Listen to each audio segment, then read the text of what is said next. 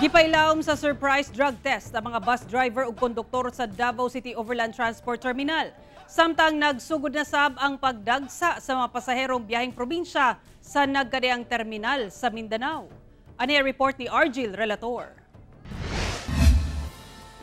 Nagpahigayon ang PDEA 11 o surprise drug test sa mga driver o konduktor sa bus units nga manukad sa Davao City Overland Transport Terminal.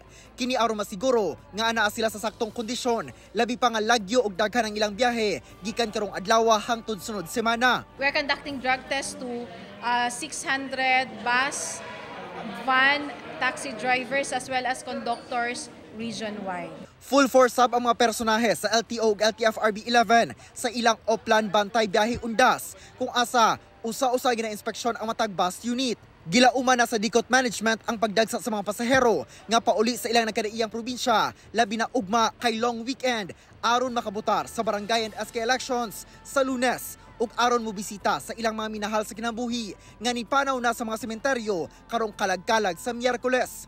We have to remember nga ang kinabuhi sa ato ang mga pasahero nagaagad sa kamot sa ato ang mga drivers. So dako kay ni siyang tabang sa ato ang mga pasahero. Hugot sab ang seguridad nga ginapatuman diin gawas sa inspeksyon sa mga bagahe sa entrada pa lang. Dunay K9 dogs nga nagalibot-libot.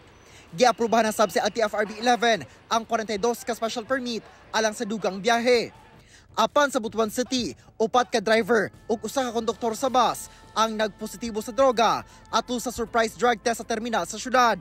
Gilayong kumpiskahon ang lisensya sa mga driver ug konduktor. And after confiscation, ita-turn over namin sila sa CADAC or sa City Anti-Drug Council dito sa Butuan City for counseling, and after that one, they will undergo a 3 months na intervention with CADAC. Mingaw pa ang westbound bus terminal sa Barangay Bulwa sa Cagayan de Oro City, pipila ka adlaw una ang kalag-kalag. Sigon sa mga dispatcher sa bus, nga ilang gilauman ang pagdagsa sa mga pasahero ug mga adlaw.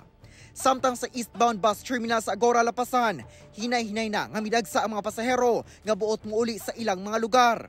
Pipila ka mga personahe na sab sa LTO ang anaa sa bus terminal aron siguruhon nga luwas ug anaa sa saktong kondisyon ang driver, ingon man ang konduktor sa mga bus una mo biyahe. Gisiguro sab sa mga bus company nga adunay bastanteng bus units nga mobiyahe sa mga nagkadaiyang ruta. Sa Zamboanga City Integrated Bus Terminal, kamatikdan nga gamay pa lang ang mga pasaherong buot muuli sa Zamboanga del Sur ug Zamboanga del Norte karong long weekend. Apan sumala pa, sugod unyang gabi, mudagsa na ang mga pasahero. Samtang taliwala sa moabot nga eleksyon ug kalag-kalag, walay kabag-uhan sa schedule sa mga bus nga mugikan sa Zamboanga City kung diin 24 oras gihapon kini nga mag-operate.